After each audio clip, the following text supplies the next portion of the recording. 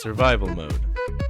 Fallout 76's hardcore servers with no restrictions on PvP, increased penalties for death, and a nice fat 20% bonus to all experience earned. Ooh, yummy. We'll get back to that last part later. You could be attacked by any player at any time. You lost a lot more caps and dropped all 8 items along with any junk you had on death. A game mode made for PvP apes like yours truly. It offered a unique post-apocalyptic experience where no one could be trusted, creating a constant sense of dread and uneasiness that the devs originally envisioned. Getting sniped, getting hosed down with lead, getting owned by a mini nuke, it was all possible at any moment. It truly was the post-apocalyptic wasteland, with every man for himself. Sounds like fun, right?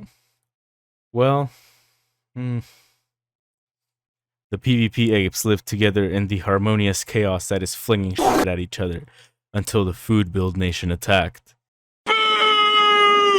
This is the story of Fallout 76's survival mode and why it was removed, as told by Intrepid359 in Extra's Data Mining Discord. So, here's what survival was like when it launched. Your PvP performance was key. There were leaderboards, and the top players were shown on the map at all times. You could use your caps to place bounties on players who killed you so that they would appear on the map as well. Truly, it was the Wild West. Now, initially, there were some reasonable changes requested. Don't base how many caps I lose on my level, because you had level 400s losing 100 caps while level 20s were only losing 5. So Bethesda changed that. And people were complaining that they were losing too much aid. They needed to keep some aid to keep the fight going, and Bethesda changed that as well. Which are both reasonable. You need at least some aid to fight back in the event of your untimely demise. But then PvE changes came in.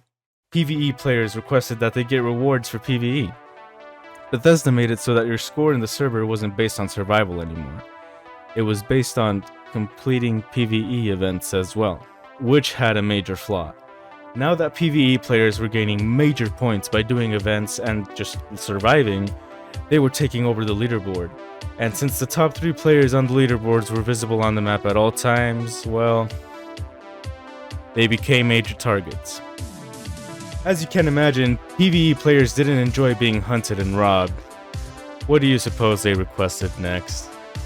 So Bethesda made it so that the leaderboards were done and players were no longer visible on the map. You just had an empty map with very little idea of where to go to for PvP.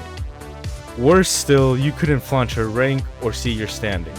It became a void, limited fast travel, no way to find any action, all of the excitement was gone. It became a place where PvE players went to grind events for the 20% bonus XP, which we mentioned earlier.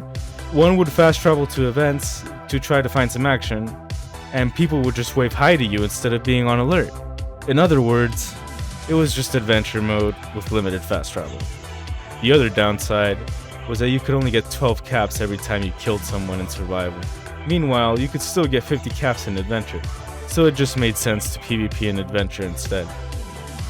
On top of all those changes, other changes like the damage cap killed certain builds like snipers. As we all know, snipers depend on getting the first and last shot. They didn't have the fire rate to sustain a prolonged fight. The damage cap made a lot of builds obsolete overnight. Originally at 190, it was reduced even further down to 110, which still plagues our low rate of fire PvP enthusiasts and our melee enjoyers. And the worst thing about this is that food builds used and continue to use the removal of survival as a gloat on how the player base isn't interested in PvP, despite the PvP mode being ruined by entitled PvEers that demand it to be catered to. This is just one of the many lies and misinformation that is spread by food builds regarding PvP.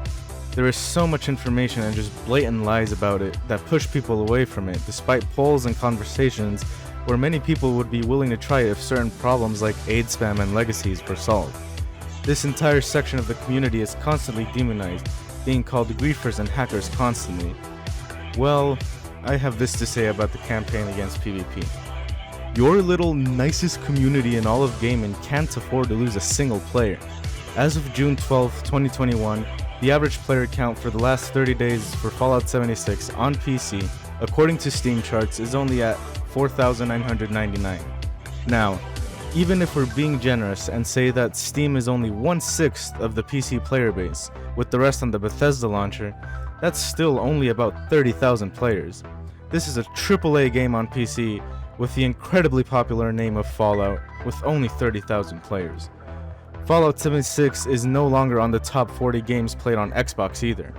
I can't find any numbers for PlayStation because Sony is just Sony, but the message is very clear. Not only is this community very small, it is shrinking. Demonizing your fellow players for wanting to enjoy a multiplayer aspect of this multiplayer Fallout will do the community no good. You are hurting the future of the game. On an Angry Turtle poll about PvP, one comment stood out to me.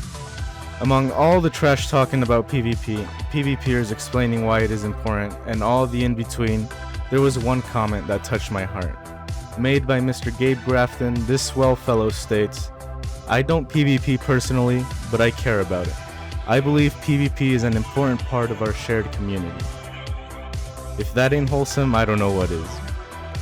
If you don't like PvP, be like Mr. Gabe Grafton, and not another toxic food bill. We have plenty of those.